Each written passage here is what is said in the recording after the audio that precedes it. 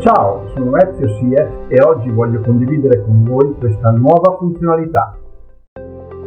Creare immagini da testo con DALL-E 3 gratis grazie a Copilot. Vediamo subito come fare. Ci basterà andare nel sito designer.microsoft.com con un account personale, eventualmente basta farlo gratuitamente. Andiamo subito a vedere come si fa. Vado nel sito, vado a logarmi col mio account personale, io l'ho già fatto. Come vediamo abbiamo dei token o gettoni. Per esempio vi dico di creare un'immagine di un cane. Questo è un prompt molto generico ed ecco che DALL-E 3 comincia a generare 4 immagini per me, consumando appunto un token, e mi presenta delle immagini. Come vedremo, essendo così generici, le immagini sono veramente decise dall'IA, dall'intelligenza artificiale. Diventa quindi fondamentale e importantissimo il prompting. Cos'è il prompting? È proprio come scrivo la richiesta delle immagini.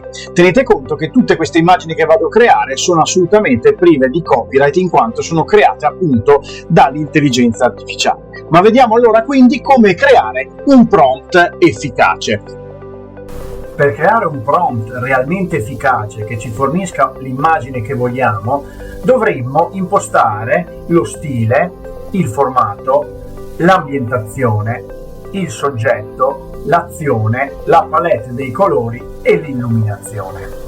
Ce ne sono anche altri, ma questi sono i più importanti. Andiamo a sviluppare adesso i vari punti. Per quanto riguarda lo stile, potremo scegliere anche qua tra tanti stili. Quelli che ho deciso di utilizzare sono il realismo, per esempio. Creiamo quindi un prompt che riproduca un'immagine realistica. Per esempio, vogliamo creare un'immagine di un cane, questa volta sono più specifico, dico di creare un'immagine di un maltese in stile realistico, ed ecco qua il risultato. Mi crea l'immagine in stile realistico. Ci pensa l'intelligenza artificiale a crearmi quello che è il contesto e quant'altro. Perché non l'ho specificato. Se vado a creare invece l'immagine del maltese con stile fumetto, ecco qua il risultato quindi dei fumetti. Posso andare a creare anche delle immagini surrealistiche. Ecco, vediamo che sempre il maltese, che ormai è il nostro soggetto di questo intervento, è surreale perché sta sulle nuvole, piuttosto che di pittura ad olio. Andiamo a vedere quindi il formato. Il formato può essere orizzontale nei classici 16 noni, ricordo che è la diagonale in pollici, che è quella che determina appunto il formato dell'immagine, piuttosto che il 4/3 che è più datato. O passiamo quindi alle versioni verticali, dei formati verticali, quindi 9/16 e i 3/4, oppure alle versioni quadrate cosiddette, cioè rapporto 1:1. Anche la scelta del formato diventa importante per le immagini che vogliamo andare a realizzare. L'ambientazione si divide in spazio e tempo. Lo spazio stabilisce quindi dove vogliamo ambientare la nostra immagine, per esempio in un mare, in una città, in una foresta e quant'altro. In questo caso l'ambienta sulla spiaggia delle Maldive. Ma possiamo anche stabilire il tempo, cioè se di notte, di giorno, il cielo è stellato. In questo caso vediamo il cielo stellato e vediamo come cambia quindi la realizzazione della nostra immagine. Passiamo quindi al soggetto, altro tema fondamentale, perché è l'elemento centrale dell'immagine. Il soggetto è il focus principale, quindi possiamo sceglierlo tra persone, animali, soggetti, scene e quant'altro, piuttosto che essere specifici e quindi dire ok, una persona, un calciatore, un mago, un giardiniere e quant'altro. A queste immagini è importante, o possiamo anche associare un'azione che per esempio vogliamo far svolgere questo soggetto: correre, camminare, coltivare e quant'altro. Nel caso specifico facciamo correre il maltese sulla spiaggia delle Maldive. Come vediamo, il prompt lo stiamo definendo sempre meglio.